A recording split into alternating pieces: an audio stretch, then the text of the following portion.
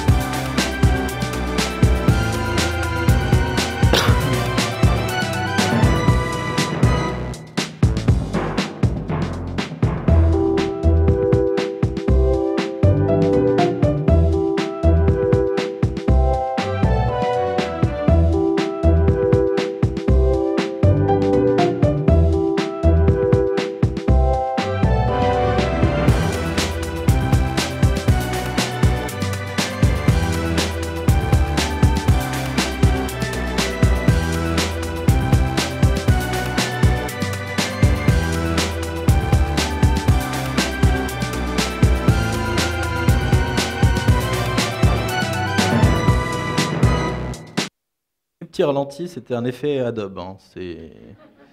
C'était pas voulu. Hein. Normalement, c'est beaucoup plus fluide que ça.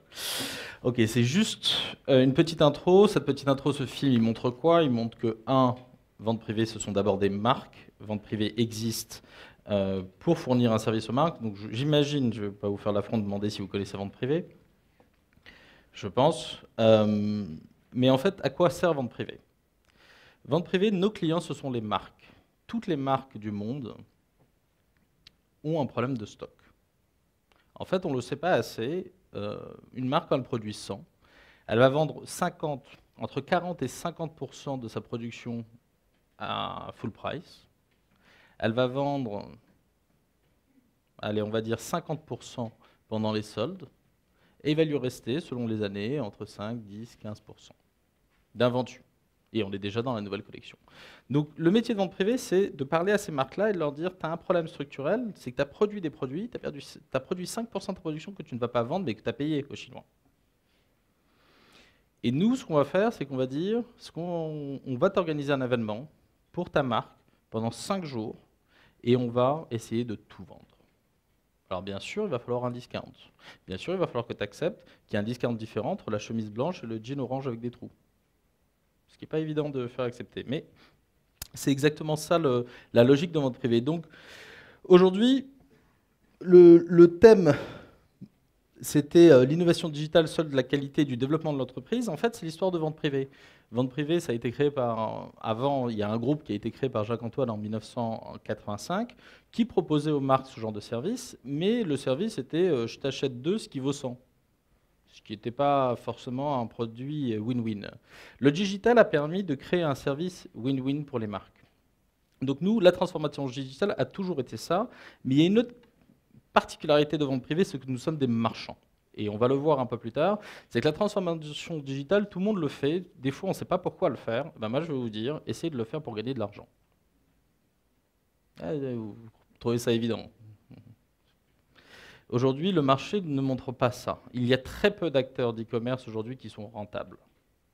Pourquoi? Parce qu'ils n'ont jamais eu comme but d'utiliser le digital pour faire de l'argent. Il y a énormément de business models aujourd'hui qu'il faut clairement revoir. Alors, la qualité, pourquoi ça a été un leitmotiv? Notre force, notre ADN, d'abord parce que la qualité, c'est ce qui permet de justifier qu'une marque produit à 4 $ en Chine et vend à 200 € en magasin. Donc nous, quand on vend un produit discounté, on se doit d'être encore plus qualitatif. On ne fait pas du bac tout à 10 balles. Non. Pourquoi? Parce que sur Internet, on ne peut pas toucher, on ne peut pas sentir, on ne peut pas essayer, on ne peut pas goûter. Donc forcément, nous, on a compris un truc, c'est que pour vendre en ligne, il fallait que ce soit qualitatif. Et qu'est-ce qui doit être qualitatif pour vendre? On n'achète pas des produits en ligne, on achète des photos. Donc vous mettez une photo pas jolie, vous ne vendrez pas le produit, à part si c'est un iPhone. Mais vous mettez un mannequin moche, en général, ça ne marche pas. Vous essayez de me faire vendre un t-shirt avec moi comme modèle, vous vendrez moins qu'avec Brad Pitt. Non mais je l'ai appris, hein, c'est bon. On l'a testé. Ok. C'est un peu ces sujets dont je veux parler. Pour moi, la transformation digitale, c'est pas simplement un hype, c'est juste une nécessité, à la fois parce que le marché a changé, à la fois parce que les entreprises ont besoin de nouveaux leviers pour générer de l'argent. Et, euh, et cette révolution qu'on a eue de l'Internet et de l'e-commerce qui est arrivé, etc., on a eu encore une nouvelle révolution qui était le mobile récemment. Quelques chiffres sur vente privée. Vente privée, ça a été créé il y a 12 ans. En 2012, ça a fait 1,3 milliard d'euros de chiffre d'affaires avec une croissance de 22%. Et chiffre extraordinairement surprenant, où vraiment on ne s'y attendait pas, et on va en parler, qui a des impacts, c'est qu'on est déjà, mais je crois que le chiffre est à 42 aujourd'hui, 42% du chiffre d'affaires de vente privée est sur mobile. Quand on a fait notre appli il y a 3 ans, on pensait faire 5%. Ça a de très très gros impacts quand tu as 42% de ton chiffre d'affaires qui est sur le mobile, parce que la tendance, jusqu'à encore ce que l'iPhone sorte, c'était on avait des très gros écrans, de plus en plus grands. Moi j'ai un super écran dans mon bureau qui fait 27 pouces, mais j'utilise que 5% du temps. Aujourd'hui, le consommateur utilise principalement son mobile pour acheter. Et la problématique qu'on a, nous, c'est qu'on veut faire de la qualité, mais avant on avait un écran 27 pouces, c'est plus facile, maintenant on a un écran 4 pouces, dans la poche de la personne. Ça a des gros impacts sur les taux de conversion. Vente privée, c'est 1800 employés, on a 20 millions de membres sur 8 pays européens et les États-Unis. La particularité de vente privée, c'est que nos membres, comme on est basé sur la qualité, on se dit que c'est la qualité qui va générer le trafic. On ne fait pas de génération de trafic par des campagnes marketing classiques. Je crois qu'en Angleterre, on fait un tout petit peu et on a 0,01% de notre chiffre d'affaires en AdWords sur des nouveaux pays. Donc le 9e pays, c'est les États-Unis. On a lancé les États-Unis il y a 2 ans et demi avec un partenariat American Express parce que clairement, on ne se voyait pas gérer les États-Unis à partir de l'Europe. On vit à Paris, on vit ici, on peut comprendre les Européens, comprendre les Américains avec 6 heures de décalage, c'est un autre sujet. Donc on a créé une autre activité, mais notre focus principal, c'est l'Europe. Parce que c'est le plus grand marché du monde, et c'est là où on est capable de produire le maximum de résultats. Et quand je parle de résultats, je parle de chiffre d'affaires. Vente privée, c'est aussi 2,5 millions de visiteurs uniques par jour. Bon, on ne se rend pas très bien compte, mais ça fait à peu près 30 stades de France, tous les jours. Donc là, le digital nous montre un truc, c'est qu'il est impossible d'avoir une boutique physique qui est capable d'avoir ce genre de trafic. Et c'est un peu pour ça qu'on l'a fait. Ce qui nous fait plaisir, c'est qu'on ne le paye pas, ce trafic. Mais par contre, c'est un trafic extraordinairement exigeant. Vous faites une belle vente, il vient, vous faites une mauvaise vente, il ne vient pas. On ne peut pas dire je possède du trafic, je possède des membres. Ce n'est pas vrai. On ne peut que être super exigeant sur la qualité de notre offre. Donc là, les chiffres ont un peu changé. On n'est plus à 75 000 colis par jour, on est à 100 000 colis par jour, plus de 65 millions de produits vendus l'année dernière. Je vous ai dit qu'il y avait 2,5 millions de personnes qui viennent par jour, mais on a 100 000 commandes. C'est-à-dire qu'il y en a 2,4 millions qui n'achètent pas. Ça fait un potentiel. Est-ce qu'il faut l'accepter, pas l'accepter? C'est vraiment comme ça qu'il faut voir les choses. Ce sont des chiffres très très importants, mais on a 2,4 millions de personnes qui arrivent et qui n'achètent pas. On a organisé l'année dernière 6100 événements. Et là, je montre plus 40% de croissance. Mais on a fait 22% de croissance de notre chiffre d'affaires. Ça veut dire quoi? Ça veut dire que dans le digital, pour augmenter de 20% son chiffre d'affaires, il faut augmenter de 40% son catalogue produit. En tout cas, c'est notre expérience. Donc on a un petit problème. C'est que si pour augmenter de 20% mon chiffre d'affaires, j'augmente de 40% mon catalogue produit, si j'innove pas dans ma capacité à produire mon catalogue, j'ai un problème de marge structurel. Et ça, c'est ce qu'on appelle la fameuse long tail. Il faut trouver des solutions innovantes. Il faut transformer également ce qui est digital en solution, parce que sinon, on est coincé structurellement, notre marge ne fonctionnera pas. Donc la première des choses de vente privée, ça a été de se dire, ok, le digital c'est super, c'est virtuel, on peut faire venir des millions de personnes. Je me rappelle Jacques-Antoine qui me disait En 2001, il me dit, mais est-ce que c'est vrai qu'en théorie, on peut faire venir 1 million de personnes et vendre 1 million de produits? Je lui dis, ouais, en théorie, ouais. Il m'a dit, ok, on va faire ça. Je dis, ah, c'est un peu plus compliqué. Mais c'est vrai, on peut faire venir 2,5 millions de personnes. Maintenant, il faut arriver à faire en sorte que cette génération de trafic soit profitable. Ce qu'on a fait dès le départ, c'est qu'on ne s'est pas mis dans le schéma classique de tout ce qu'on entendait sur l'e-commerce, le retail qui va changer, qui va révolutionner le monde, etc. On s'est dit non, non, non, ce qu'on va faire, c'est qu'on va d'abord faire un modèle profitable, rentable. Et alors comment on peut être rentable? Eh ben, de deux façons. Un, pas investir des sommes astronomiques en marketing pour générer du trafic qui ne vous appartient pas, qui n'est pas fidèle, qui reviendra ou ne reviendra pas. Et deuxièmement, en tant que retailer, et avec un catalogue qui croît comme ça, on ne pouvait pas acheter le stock. Donc vente privée aujourd'hui, quand les gens disent ouais, c'est long à livrer, oui c'est long à livrer. On met 2 semaines à livrer en moyenne actuellement. C'est long à livrer parce qu'on n'a pas le stock chez nous au moment où on vend la marchandise. Mais on fait 1,3 milliard d'euros en livrant 2 semaines. Est-ce que vous pensez que si on livrait en 24 heures, on ferait 6 milliards d'euros? Moi, je ne le pense pas. Je pense qu'on aurait fait 2. Mais si j'avais fait ces 2 milliards en livrant en 24 heures, je n'aurais pas été rentable. Donc je préfère faire 1,3 milliard et être rentable. Et les personnes attendent 2 semaines et on travaille pour réduire ce délai-là, plutôt que d'avoir truc. Donc ça fait vraiment partie de notre culture. C'est tout ça. Et l'autre chose, c'est qu'on a un modèle de génération de trafic fondé sur l'offre, sur la qualité de l'offre, que ce soit à la fois par le produit que par le display du produit. Donc, l'inconvénient principal de la qualité, c'est que c'est l'ennemi du volume. L'avantage énorme de la qualité, c'est que ça crée de la satisfaction. Donc, qualité génère satisfaction, génère réachat. Ah, ça, c'est bien. Mais réachat génère volume. Ah, mais comment je maintiens mon volume et ma qualité? Ça, c'était le challenge qu'on a tous les jours chez Vente Privée. C'est que j'ai un chairman et CEO qui ne veut pas de négo sur la qualité. Donc quand on a des volumes qui explosent de 40% par an et maintenir le même niveau de qualité et bien sûr pas toucher à la marge, c'est le challenge. Comment on fait innovation digitale?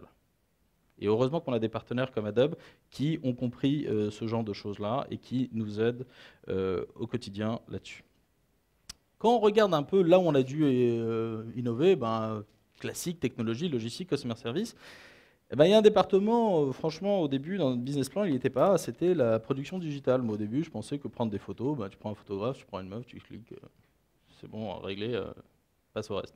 Ah non, non, non, non, c'est pas ça. Au vente privée 1800 personnes, c'est 600 personnes dans la production de contenu digitaux. 600 personnes. Ils n'étaient pas dans le business plan au départ. 600 personnes. Tout est fait en interne, parce qu'on veut contrôler la qualité. Quand on fait de la production digitale, c'est juste, on fabrique des produits prêts à être vendus. On fabrique une expérience en ligne. Et aujourd'hui, c'est juste la chose la plus importante. On a fait tous les tests. Moi, je me rappelle, à un moment, j'avais eu des équipes qui me disaient, pour augmenter notre productivité, plutôt que de mettre 5 photos de détail, on va en mettre 3. Je dis, ah ouais, mais sur quoi tu te bases?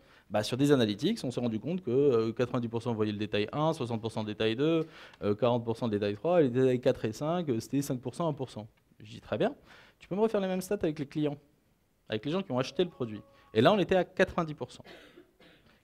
Un client, tu lui mets 20 photos, il met les 20 photos. Donc il y a une vraie réflexion sur un site web, c'est pas un endroit magique, je mets des photos et les gens achètent. Non, tu mets des photos moches, tu vends pas. Tu mets des photos avec un détail. Moi, j'ai vu, parce que je suis également le directeur général de Vente Privée Consulting, j'avais une marque qu'on a conseillée. Elle avait un produit à 21 000 euros. Il y avait une photo. Je lui ai dit, mais tu l'as déjà vendu ce produit? Ben non. Ah. Et tu peux me dire pourquoi à 21 000 euros le vase, tu peux mettre qu'une photo? Et puis, pour te dire la vérité, j'ai mis tout le budget, il est parti dans la technique, et j'avais plus d'argent pour faire les photos. Donc, j'ai scanné le catalogue. Donc en fait, les gens, ils n'ont pas été une approche marchande du digital, ils ont une approche technique, technologique, projet, ce qui n'est plus ce qu'on doit faire aujourd'hui. On est en 2013. Moi, quand j'ai commencé en 2000, je peux vous dire que c'était technique. Rien qui existait, on se battait. Aujourd'hui, on a 200 développeurs. On travaille et tout, mais aujourd'hui, c'est plus l'IT, le truc. On a des super solutions. Il faut les utiliser. Mais par contre, il faut les utiliser Pour faire quoi? Du cash. C'est pas un gros mot, hein. C'est juste ce qui permet d'être indépendant et autonome pour le futur. Alors, on m'a demandé de parler du marché sur le digital transformation, etc. Je vais essayer de vous montrer quelque chose qui s'est vraiment passé récemment et qui est déjà le cas aux États-Unis. Je vais essayer de faire ça en 12 minutes 14, ce qui va être juste impossible. Surtout me connaissant, je suis du gros sud, donc en général, je parle beaucoup. Mais bon, juste pour revoir un peu ce que c'est qu'un e-marchand, parce que moi, je suis vraiment très orienté commerce. On a 3 missions. 1, on génère du trafic, on fait venir des gens. Bon. 2, on prend ces gens, on les transforme en clients. OK. Et 3, on fait en sorte que les clients soient contents, parce que s'ils ne sont pas contents, ils ne rachètent pas. Vendre en ligne, c'est 20% du boulot. C'est super facile. Tu mets un produit à un prix défiant toute concurrence, tu le vends. Ah ouais, d'accord. Après, si tu n'as pas assez de marge pour avoir une livraison de qualité, on ouvre le produit, il est cassé, etc., je ne veux pas racheter chez toi. La clé, c'est la satisfaction. C'est la satisfaction qui va driver le réachat. Le réachat, c'est quoi? C'est éviter de repayer pour que quelqu'un rachète. Donc le but, c'est la satisfaction du client. Quand un client est mécontent et qu'il vous appelle, alléluia, c'est la plus belle nouvelle du monde. Si vous avez une chance unique de transformer quelqu'un de mécontent qui ne rachètera plus jamais chez vous, a priori, en quelqu'un de satisfait parce que vous allez résoudre un problème. Nous, on ne regarde pas la dépense sur le service client. Qualité. Vous vous rendez compte? Mettez-vous à la place d'un client, il achète sur photo, il reçoit, c'est pas bon. Et après, en plus, vous allez dire, oui, mais comment ça paye les Champs-Élysées? Je comprends pas, monsieur. Non, ça marche pas, ça. Il faut un service de qualité exceptionnel. Je suis marocain et tous mes copains ont fait fortune dans les services clients au Maroc. Mais non, je ne suis pas client de chez eux. Mais il ne faut pas voir ça comme des coûts. Il ne faut pas voir le catalogue comme un coût. Il ne faut pas voir la logistique comme un coût. Il faut raisonner service, satisfaction. Donc, on a ces 3 missions-là. Et bien sûr, la dernière que je n'ai pas mise ici on purpose, parce que sinon il y a des gens qui resteraient de copier, c'est d'être profitable. C'est de gagner de l'argent. Ça, il ne faut pas l'oublier. Alors, combien il y en a qui sont profitables? Quand on regarde un peu les métriques du marché, les retailers aujourd'hui, bon, il y a de tout, hein, mais en moyenne, ils claquent 20% de leur chiffre d'affaires en génération de trafic. Et on n'a que 1% des gens, 1-2% des gens, qui achètent. C'est-à-dire que je claque 20% de mon chiffre d'affaires pour générer sur 100 personnes que 2 acheteurs. 98% des gens n'auront pas acheté. En général, le pay traffic, ça représente 70% de mon trafic. Donc 70% de mon trafic ne va convertir que 2%. Bref. Ce n'est pas une situation viable. Par contre, il y a un truc qui marche, c'est que ça génère du chiffre d'affaires, cette histoire. Mais ça ne génère pas de profitabilité. Donc c'est ça le problème, c'est qu'aujourd'hui, on a beaucoup de solutions digitales pour fabriquer du chiffre d'affaires, mais du chiffre d'affaires complètement artificiel. Moi, je me rappelle, j'ai acheté cet été là, des brumisateurs de jardin. Ah, le truc, je ne sais même pas où les acheter. Qu'est-ce que je fais? Je vais sur Google, brumisateur de jardin, je tombe sur un site, paf, paf, j'en achète 5. Ah mince, il m'en fallait 10. Qu'est-ce que j'ai fait? Je ne me rappelle plus du mec qui me l'avait vendu. Je suis repassé par Google, et en fait, j'ai racheté chez le mec. Mais par contre, il a payé 2 fois mon trafic. Parce que la personne n'a pas créé cette relation avec moi pour faire en sorte de savoir si j'étais satisfait de ma livraison, si j'avais besoin de plus. Vous savez que 5, c'est peut-être pas beaucoup. Je sais pas, petite relation. Il a repayé pour que je revienne. Ça ne peut pas être profitable. Parce que quand on a 20%, un taux de conversion aussi faible, forcément, on fait un trade-off sur la qualité de la logique et du service client, et ça vous retombe dessus. Alors, un chiffre qui est très important qu'il faut avoir en tête, au niveau mondial, aux États-Unis, on est à 7. Après 15 ans de commerce électronique, 15 ans, c'est que 5% du retail.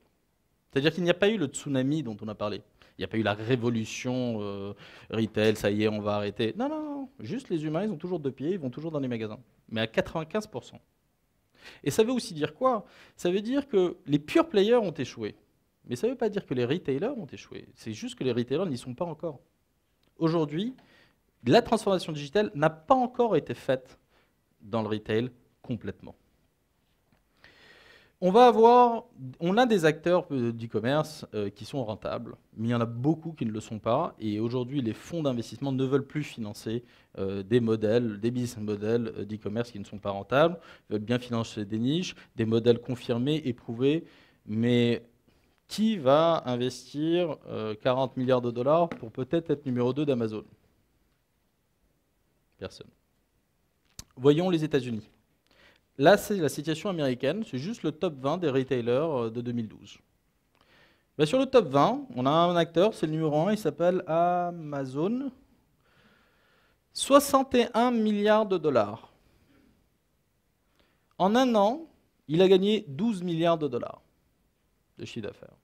C'est plus que le chiffre d'affaires du numéro 2. C'est un modèle unique au monde, incopiable, à ne pas copier. Surtout, ce n'est pas quelque chose à reproduire. Ce n'est pas un exemple.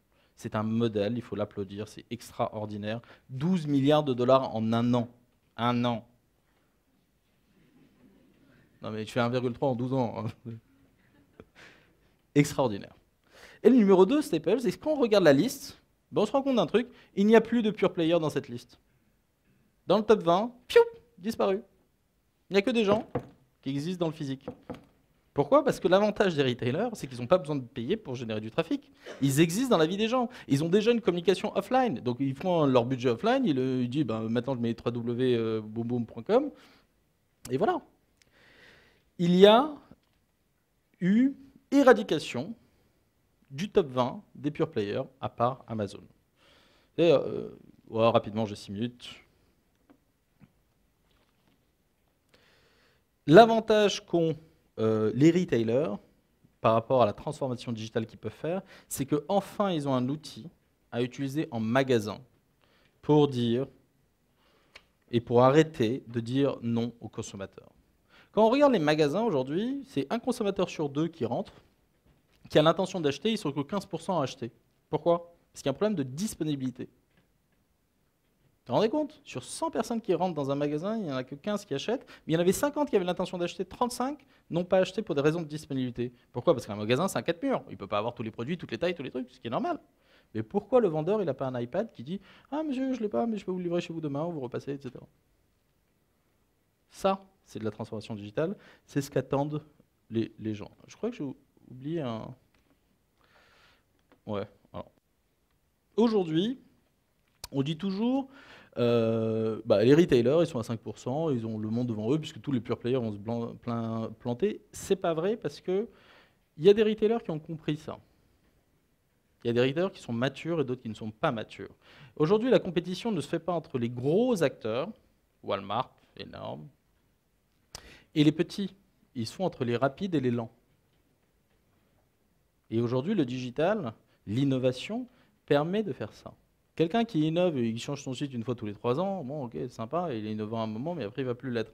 Ce qu'il faut, c'est l'être tout le temps. C'est un état d'esprit. Ça, c'est typiquement ce qu'on utilise chez Vente Privée Consulting pour aider les gens. Nous, ce qu'on fait, c'est qu'on aide les gens à générer de plus en plus de chiffre d'affaires. On aide les marques à avoir... D'abord, elles ont un site de e-commerce traditionnel, font 1% de leur chiffre d'affaires retail.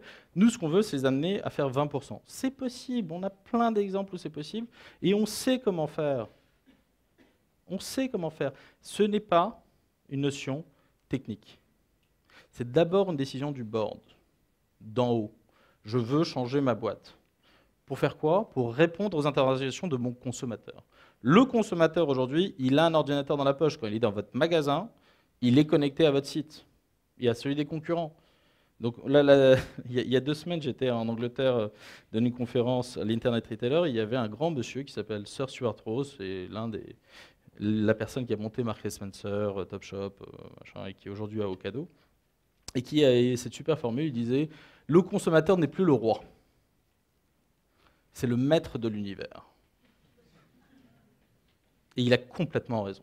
C'est-à-dire que être connecté à toutes les offres de tous les concurrents, quand je suis dans votre magasin, c'est juste un pouvoir extraordinaire. Et ben voilà, ils l'ont. Donc la première des choses, c'est vraiment le changement du digital, il se fait d'abord dans les gens. C'est le changement de culture d'entreprise. Moi, les gens me disent « Ouais, je vais faire du cross-channel ». Je lui dis « Ah ouais, tu vas mettre un iPad au vendeur et après, le mec, il ne va pas l'utiliser ». C'est pas un problème techno. Enfin, le techno, ça va, tu payes, c'est bon. Ils vont vous donner des super modèles de prix, des super tarifs, vous payez. On s'en fout du payer. C'est pas une question d'argent. C'est une question de comment je fais mon change management, comment j'accompagne mon entreprise à évoluer vers un consommateur qui sait connecter, qui est digital. Le nombre de clients chez Consulting où ils nous disent ouais mais moi mes vendeurs sont super bien formés et t'arrives, tu dis ouais mais j'ai vu sur internet. Non monsieur, sur internet on n'a pas tout hein, parce que sinon j'aurais plus de job. Ah bon? Ils voient l'e-commerce comme étant un concurrent. C'est pas un concurrent, c'est juste la digitalisation de tes produits. Tous les produits de la marque sont disponibles sur un support digital, le soir, le truc, etc. Et parce que l'entreprise a créé une division e-commerce d'un côté et une division retail de l'autre et n'a pas mergé les deux, eh ben les mecs ils se font en concurrence. Donc plutôt que de dire ouais quand quelqu'un se fait livrer dans le 16e, c'est la boutique du 16e qui prend le chiffre d'affaires. Donc le patron de la boutique, quand il ouvre le matin, il voit qu'il a pris 2000 € dans la soirée, il est content d'Internet. Mais quand on ne lui dit pas ça, quand on n'a pas cette culture du changement, c'est un peu plus compliqué. Donc aujourd'hui, les innovations qu'il faut avoir, si on est un pure player, il faut juste monter les... Bon, ça c'est un peu facile à dire, hein, mais comment on fait? Augmenter ses volumes de transactions, augmenter la qualité d'exécution, réduire les coûts variables. So, où est-ce qu'on doit investir aujourd'hui? Ça, c'est le patron de Zappos, Tony Hsieh, qui avait cette théorie du delivering happiness. De dire, le consommateur est en roi, tu lui donnes ce que tu veux. Tout. Donc le mec, il veut faire un retour 9 mois après avoir couru 2 marathons, pas de problème, je reprends. C'est pas rentable encore. Donc, il y a peut-être d'autres solutions. Non mais, c'est vrai.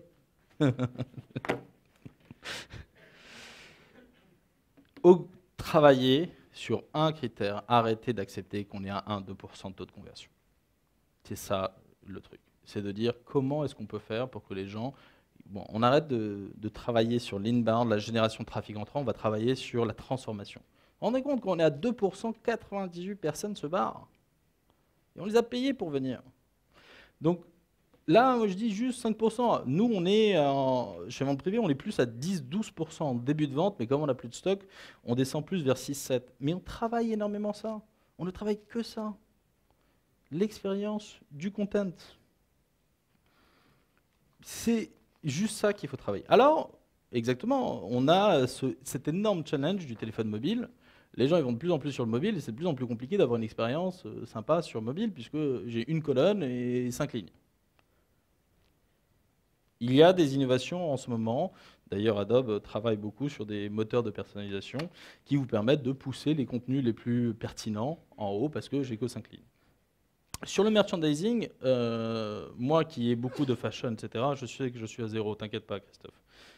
Je le vois, mais il me reste une slide. Nous, ce qu'on fait énormément, c'est de se dire comment est-ce qu'on va passer un autre gap. J'en parlais tout à l'heure.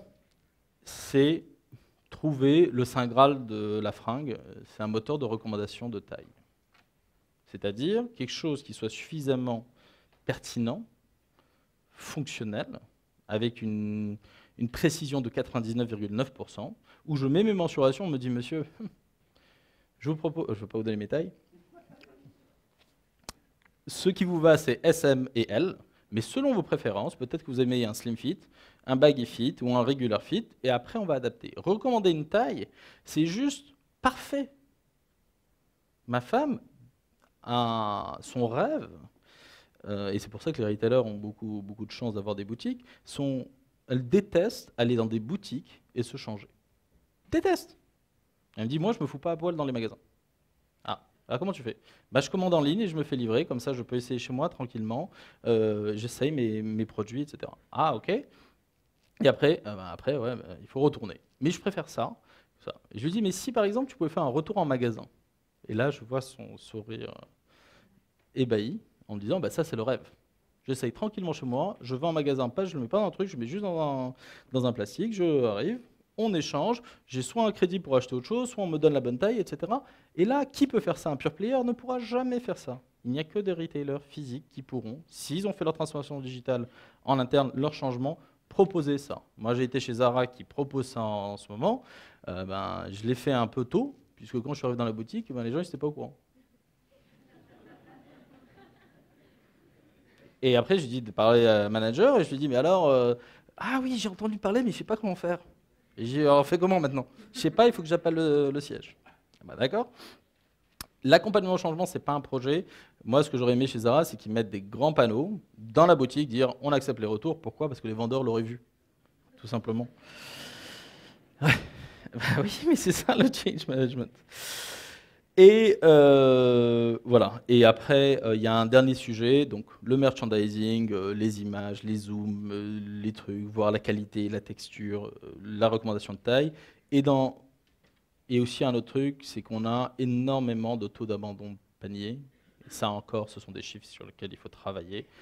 Voilà les grandes transformations que les retailers physiques ont besoin de faire. Et également, moi je pense que toutes les innovations de demain devront se focaliser là-dessus et pas de savoir comment payer un peu moins cher tel ou tel prestataire de génération de trafic. Mais il n'y en a qu'un dans le monde, donc vous l'avez tous reconnu. Merci beaucoup. Je sais qu'il n'y a pas de questions, mais je serai disponible.